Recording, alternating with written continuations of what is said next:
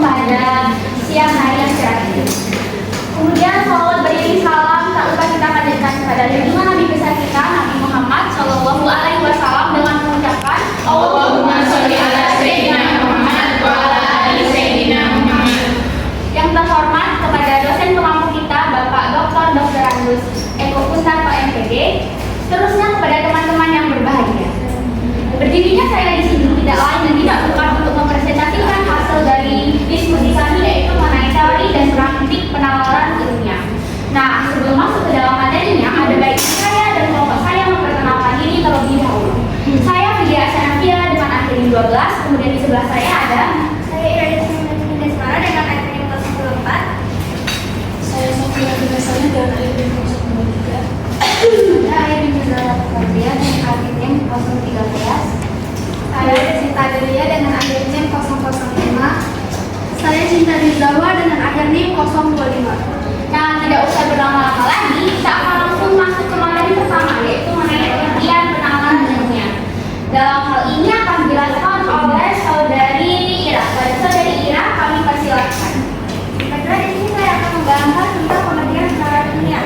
Penalaran merupakan proses berpikir sistematis yang menghubungkan bukti dan fakta untuk mencapai kesimpulan logis yang dapat dipertanggungjawabkan.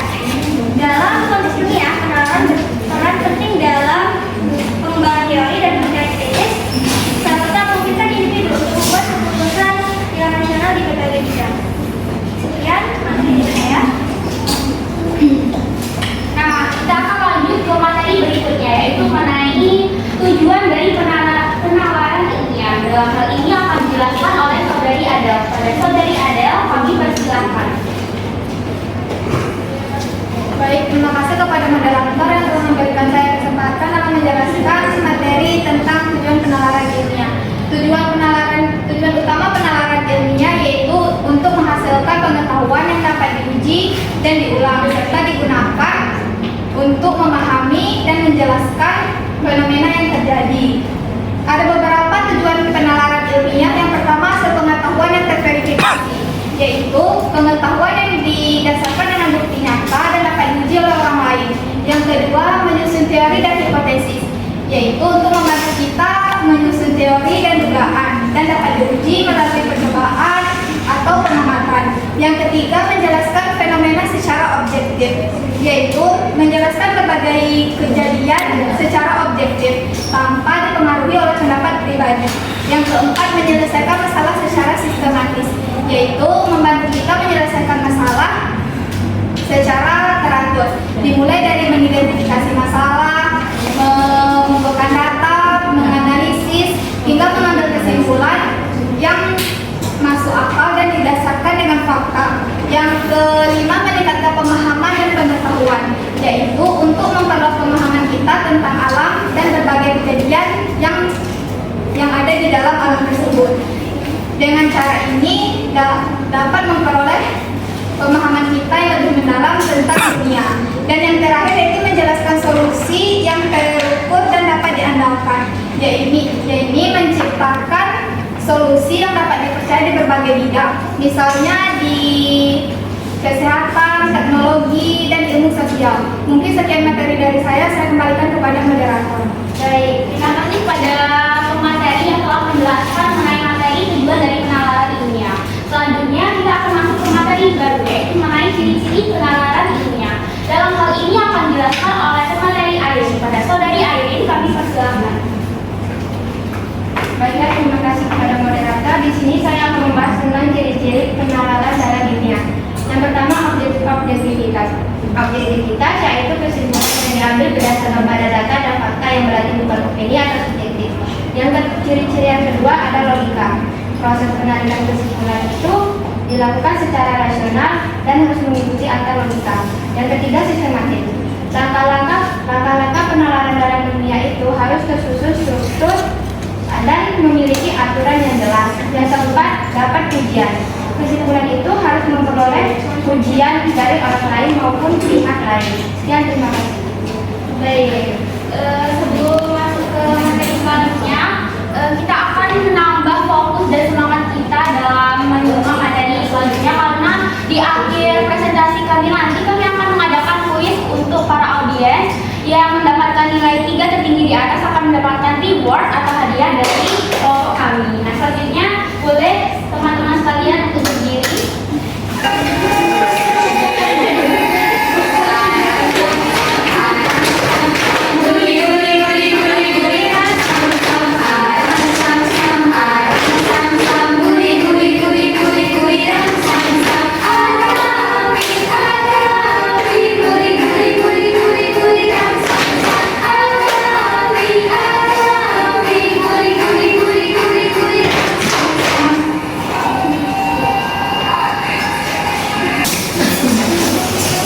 Nah, baiklah, selanjutnya yaitu mengenai jenis dari penalaran ilmiah.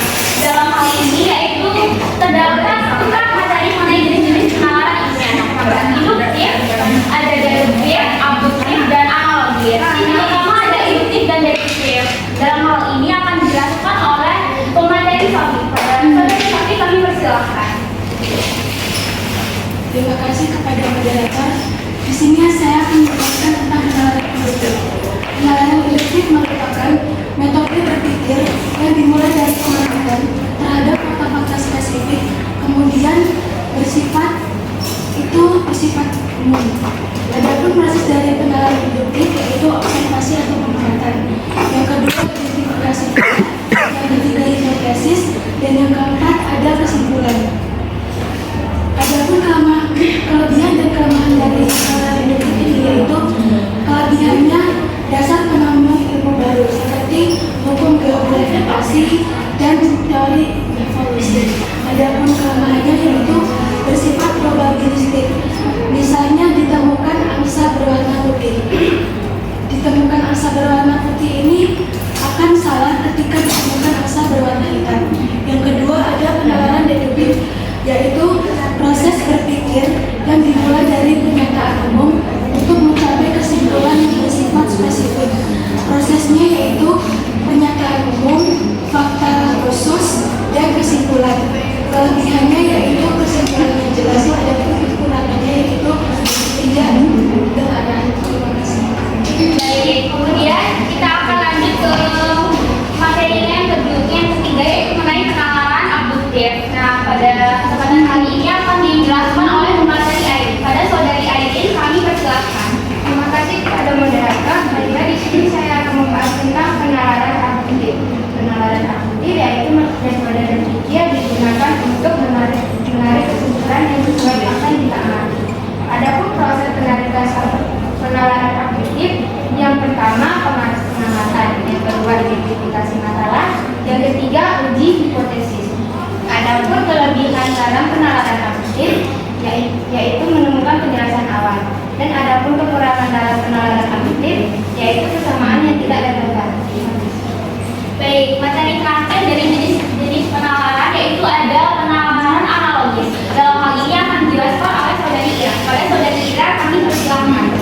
Baiklah, jenis terakhir adalah penalaran analogis. Penalaran analogis merupakan metode berpikir yang menggunakan perbandingan antara dua situasi atau fenomena untuk menarik kesimpulan atau pemahaman baru berdasarkan kesamaan di antara keduanya. Sekian materi dari saya.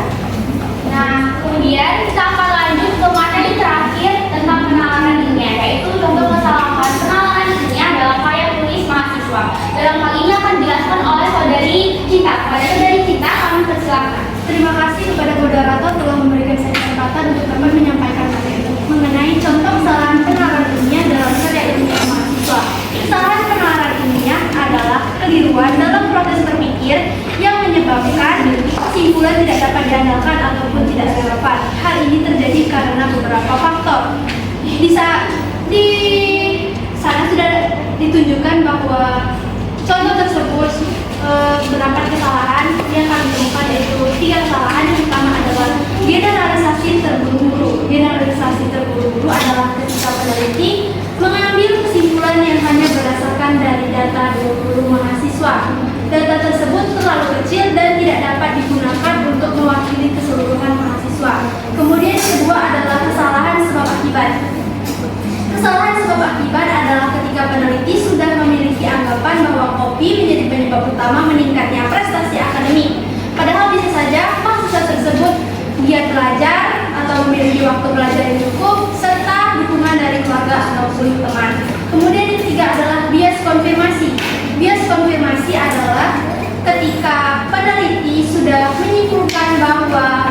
menjadi penyebab utama dari meningkatnya prestasi akademik, sehingga peneliti hanya mengambil data yang sesuai dengan hipotesis awal mereka dan tidak mencari tahu sebab akibat dari penggunaan kopi secara sehari-hari pada mahasiswa. Mungkin itu saja yang dapat saya sampaikan. Saya kembalikan kepada mereka. Baik, terima kasih kepada teman-teman yang telah menjelaskan tentang materi-materi kita pada hari ini. Nah, kami akan selanjutnya membuka sesi tanya jawab kepada para audiens yang ingin bertanya. Boleh silakan angkat tangan. Baik, yang pertama kepada saudari Anissa, kami persilakan. Perkenalkan, nama saya Anissa Badani dengan NPM 02. Saya ingin bertanya kepada kelompok 1. Apa tujuan utama dari penalaran ilmiah dan bagaimana prosesnya membantu dalam menghasilkan pengetahuan yang baru? Baik, terima kasih kepada saudari Anissa. Apakah pada para materi sudah bisa langsung dijawab? Baik, silakan.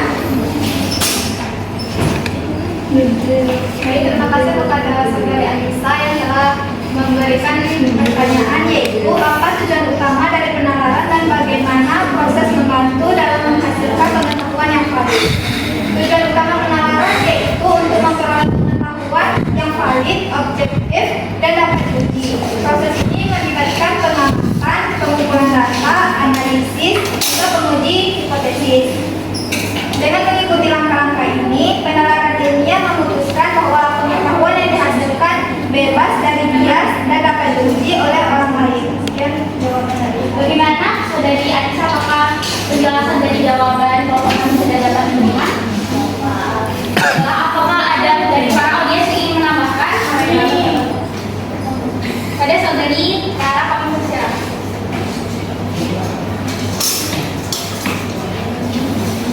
Baik, perkenalkan, nama saya Rara Syifa dengan NPM 31. Ingin menambahkan pertanyaan apa tujuan utama dari penalaran ilmiah dan bagaimana solusi ini membantu dalam menghasilkan pengetahuan yang valid. Jawabannya itu adalah menghasilkan pengetahuan yang valid dan dapat diverifikasikan melalui metode sistematis berdasarkan observasi, eksperimen, dan analisis data.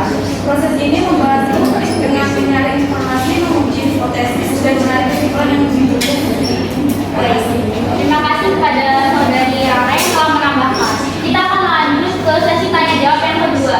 Apakah ada saudara-saudara sekalian yang ingin bertanya? Terima kasih kepada saudari Q yang telah menambahkan. Nah, kita sudah berada di penghujung acara. Sebelum saya menutup presentasi kami pada siang hari ini, kami akan mengadakan quiz sesuai dengan janji yang telah saya berikan tadi. Pada teman-teman, dipersilakan untuk mengakses link yang akan kami bagikan ke dalam grup. Bentar, aku belum. Ini. Aduh, mau ketahuan sih.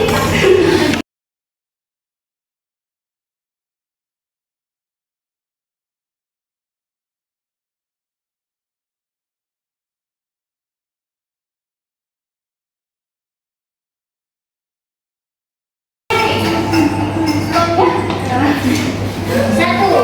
Wah.